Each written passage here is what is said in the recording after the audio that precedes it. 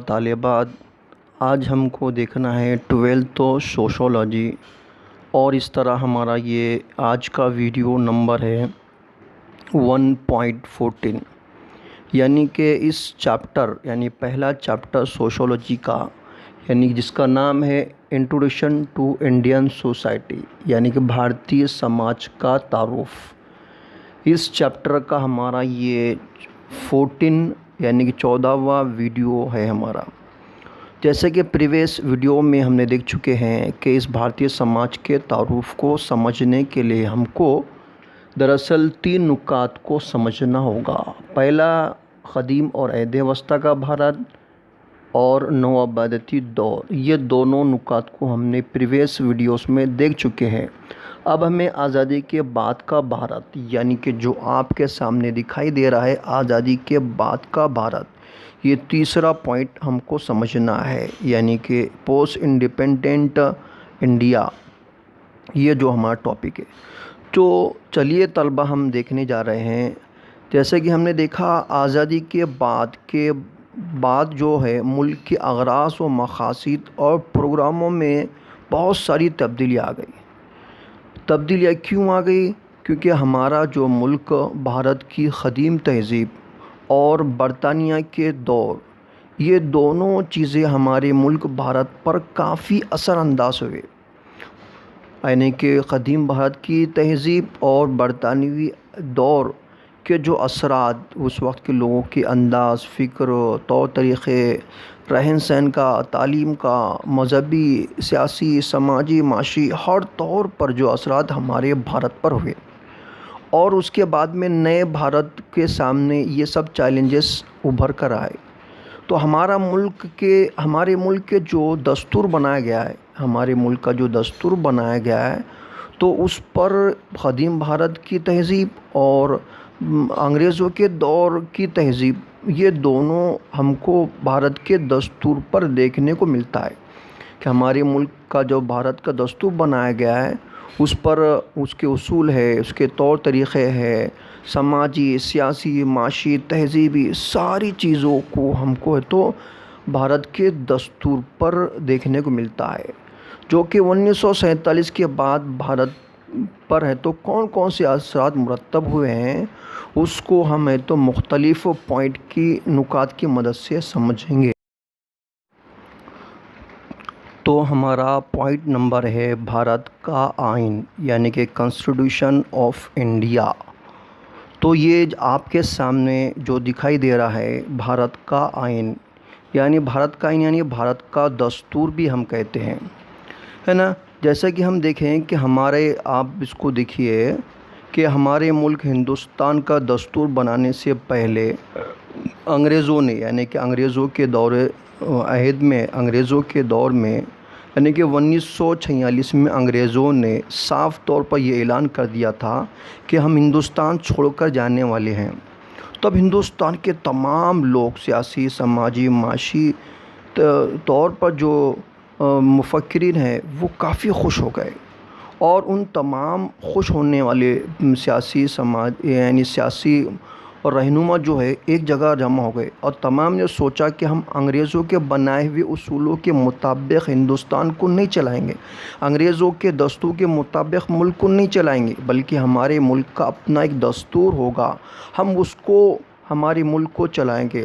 اس لیے ہندوستان نمبر کے تمام سیاسی رہنما ایک جگہ جمع ہو گئے، اور ان تمام رہنماؤں نے مل کر اپنا ایک دستور ساز اسمبلی بنایا، یعنی دستور ساز اسمبلی بنایا، جو 6 دسمبر 1946 کو دستور ساز اسمبلی کی تشکیل دی گئی، اور اس کے صدر ڈاکٹر راجندر پرساد کو بنایا گیا۔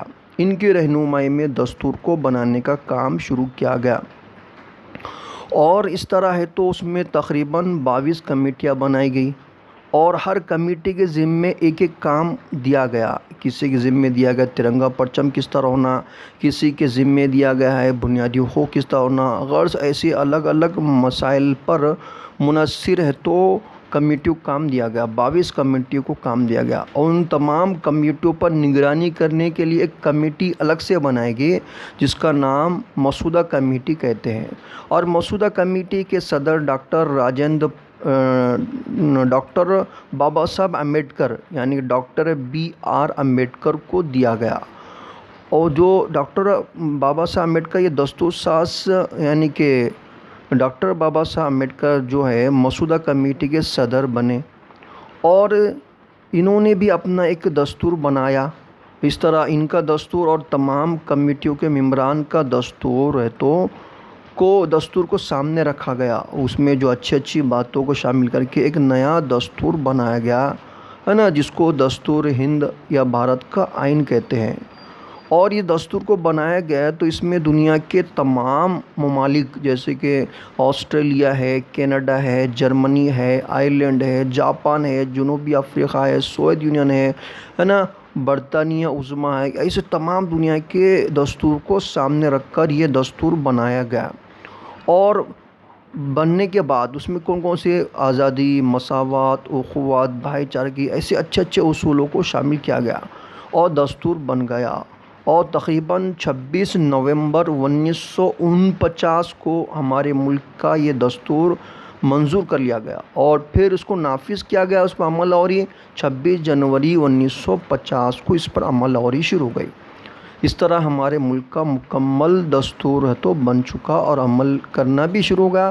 اور اس کے بعد پھر سلسلہ وار ہے تو اس دستور پر ہے تو ترمیم بھی ہوتی گئی، یعنی کہ دستور میں بہت ساری چینجز بھی ہوئے، جیسے کہ جموں کشمیر کو خصوصی درجہ دینے والی دفعہ 370 کو ختم کیا ہے، یعنی جموں کشمیر کو آزادی کے بعد یعنی کہ بہت ساری ہے تو سہولتیں دی گئی 370 کے تحت، یعنی کہ جیسے کہ جموں کشمیر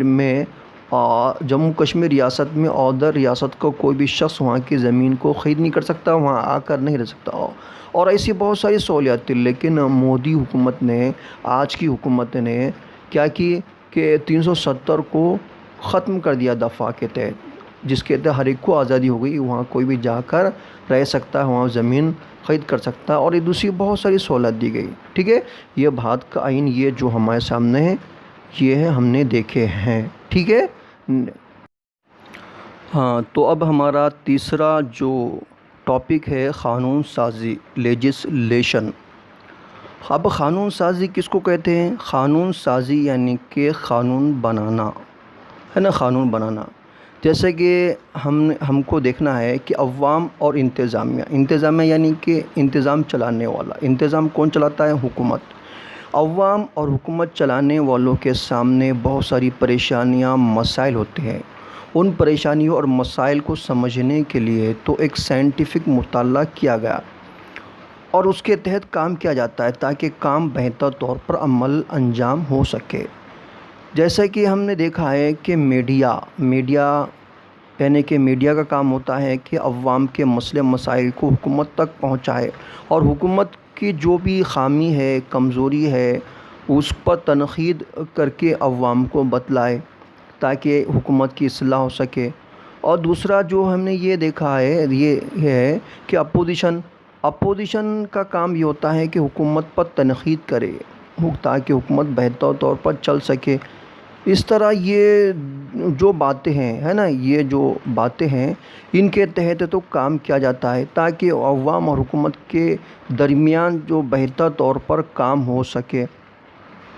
اور اس کے بعد تو حکومت جو کام کرتی ہے تو وہ قوانین کے مطابق کرتی ہے، دستور کے مطابق کام کرتی ہے، اور دستور جو دراصل ہے نا یہ پارلیمنٹ میں بنایا جاتا ہے۔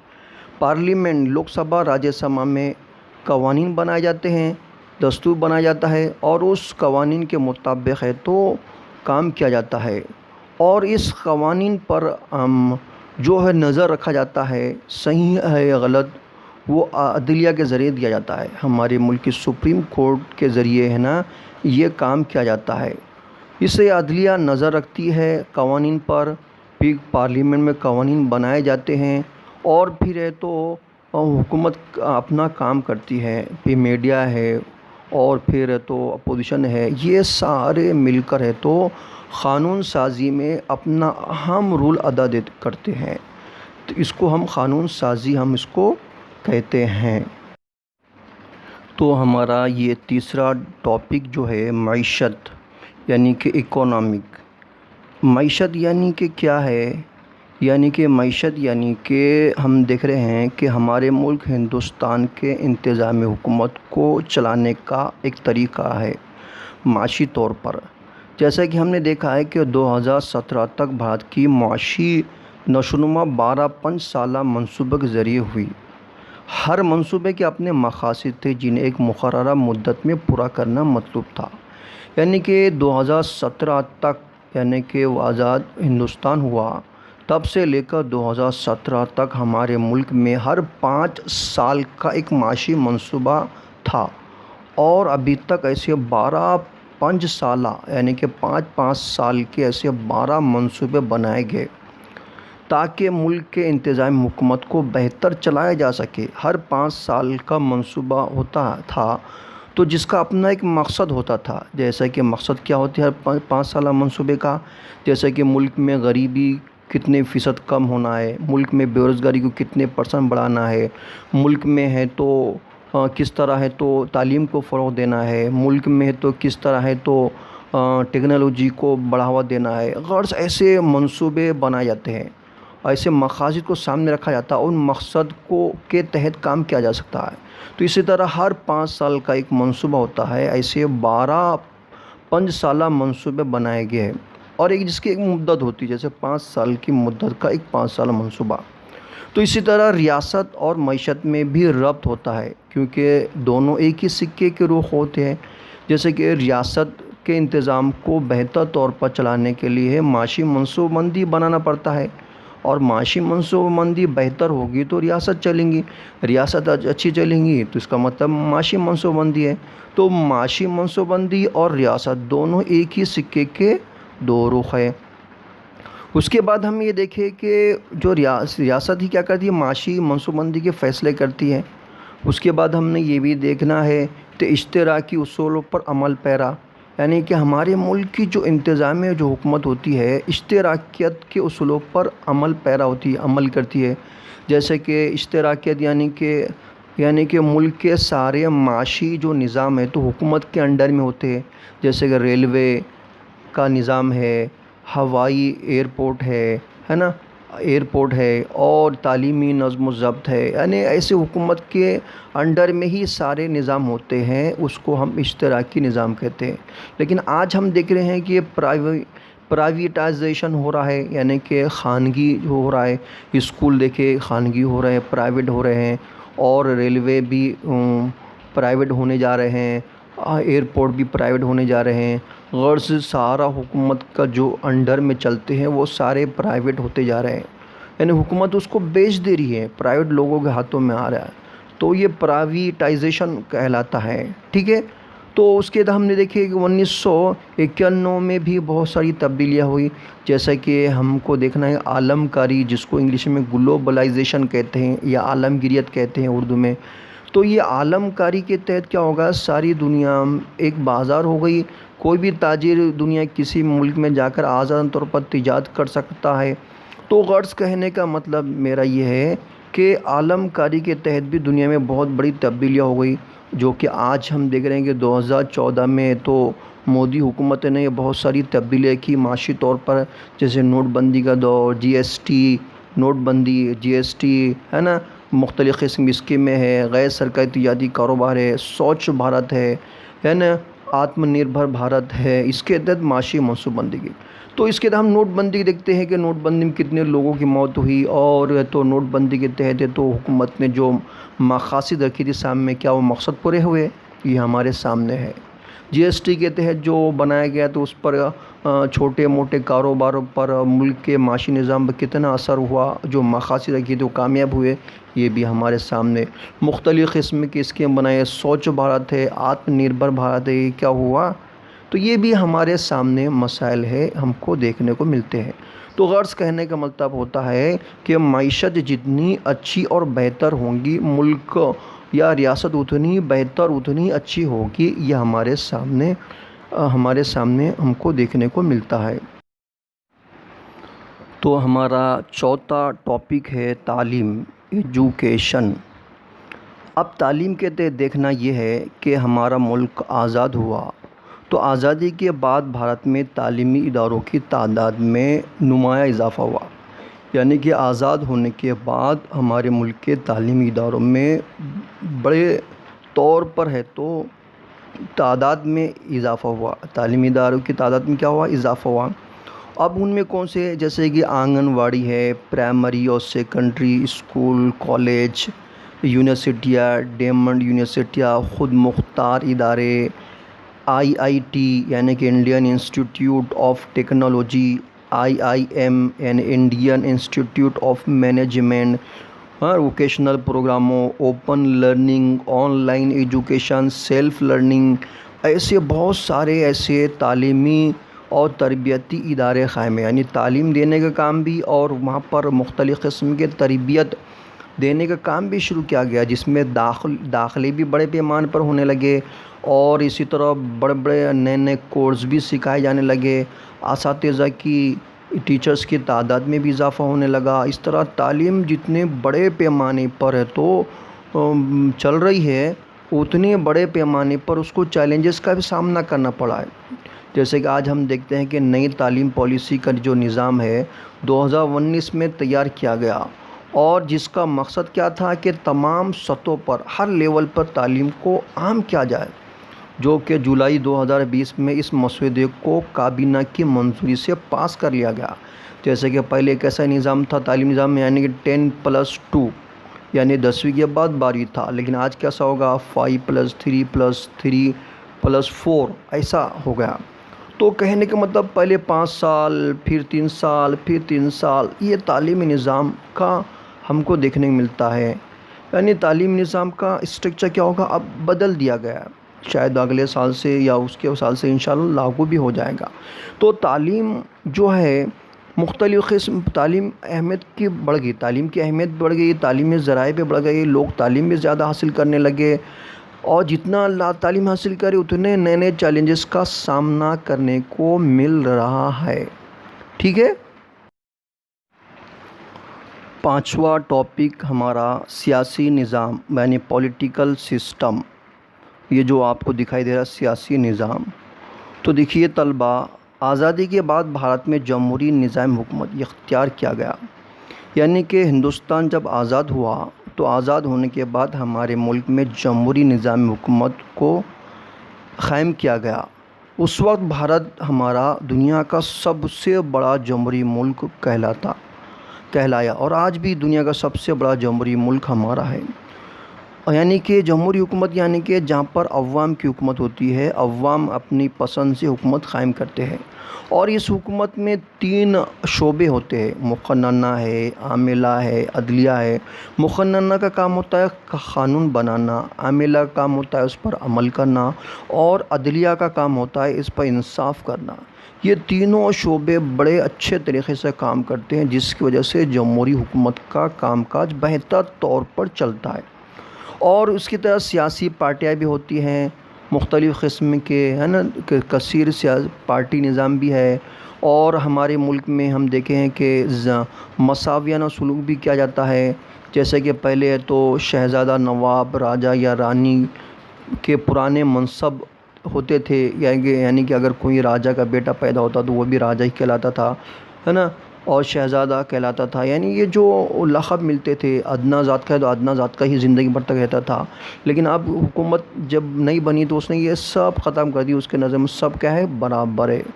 قانون کی نظر میں تمام شہری کیا ہے؟ برابر ہے۔ پھر تمام کے ساتھ میں برابری کا سلوک کیا جانے لگا، ہے نا، ایک نظر سے دیکھا جانے لگا، اور پھر 18 سال کی عمر ہونے پر ہے تو ہر شہری کو ووٹ دینے کا اختیار دیا گیا، چاہے کہ عورت ہو کہ آدمی ہو۔ پھر ہمارے ملک میں کثیر پارٹی یعنی کہ 2 سے زیادہ پارٹی بھی ہے، جیسے کہ ہم دیکھیں کانگریس ہے، راشٹروادی ہے، سماجوادی پارٹی ہے، BJP پارٹی ہے، کئی پارٹیاں ہے، اور اسی طرح ہمارے ملک میں وفاقی نظام حکومت رائج ہے نا، ریاستی حکومت اور مرکزی حکومت، یہ 2 طرح کا نظام ہے۔ پھر اس کے علاوہ ہم نے دیکھے ہمارے ملک کی آئیڈیالوجی کے مقاصد پالیسیاں کا اپنا ایک مقصد ہوتا ہے، یعنی کہ ہمارے ملک میں ہے تو اختلاف یعنی کہ اپوزیشن پارٹی اور ہے تو حکومت پارٹی ہوتی ہے، حکومت کی پارٹی ہوتی ہے۔ غرض کہنے کا مطلب یہ ہے کہ سیاسی نظام ہمارے ملک کا کس طرح ہے، یہ ہمارے ملک کا جمہوری نظام حکومت، یہاں پر تمام کے ساتھ میں مساویانہ ایک نظر سے دیکھا جاتا ہے، تمام کو ووٹ دینے کا اختیار ہوتا ہے۔ غرض یہ ساری باتیں ہمارے ملک میں ہوتا ہے۔ عوام اپنی پسند سے حکومت کو یہاں پہ قائم کرتی ہے، اور جب تک چاہے، اور جب عوام کو یہ لگا کہ حکومت عوام کے لیے بہتر نہیں ہے تو عوام بھی ایسی حکومت کو بدل کر اپنے پسند کی نئی حکومت کو قائم کرتی ہے۔ یہ ہم نے دیکھا ہے۔ پھر ہم نے دیکھا ہے کہ یہاں پہ آپ کو شکل میں دکھائی دے رہا ہے کہ بھارت کے تمام بالغ شہری ووٹ دینے کا حق، یعنی کہ ووٹنگ جو کارڈ ہے وہ لے کر کھڑے ہوتے ہیں، ہے نا، اور ووٹ دیتے ہیں۔ تو غرض کہنے کا مطلب یہ ہے ہمارے ملک کا یہ جمہوری نظام ہے، سیاسی نظام اس کو ہم کہتے ہیں۔ تو میں امید کرتا ہوں کہ ابھی میں نے آپ کو جتنا سمجھایا آپ کو بہتر طور پر اچھے سمجھ میں آیا ہوگا۔ اگر سمجھ میں آیا ہوگا تو آپ ہمارے اس یوٹیوب چینل سید اسلم انجمن کو لائک، سبسکرائب اور کمنٹ کرنا بالکل نہ بھولیے گا۔ اگر آپ سبسکرائب کرتے رہیں گے تو ہمارا جب بھی نیا ویڈیو اپلوڈ ہوگا تو فوراً اس کا نوٹیفیکیشن آپ کو مل جائے گا۔ اور دوسری بات، اگر آپ کمنٹ کریں گے تو ہم کو پتہ چلے گا کہ آپ کو کتنا سمجھ میں آیا، تاکہ نیا ویڈیو بناتے وقت ہم کو اس کو تو بہتر طور پر بنانے میں ہم کو آپ کے یہ کمنٹ ہم کو مدد کے طور پر کام آتے ہیں۔ ٹھیک ہے، اس طرح یہ ویڈیو ہمارا ختم ہونے جاتا ہے۔ اللہ حافظ۔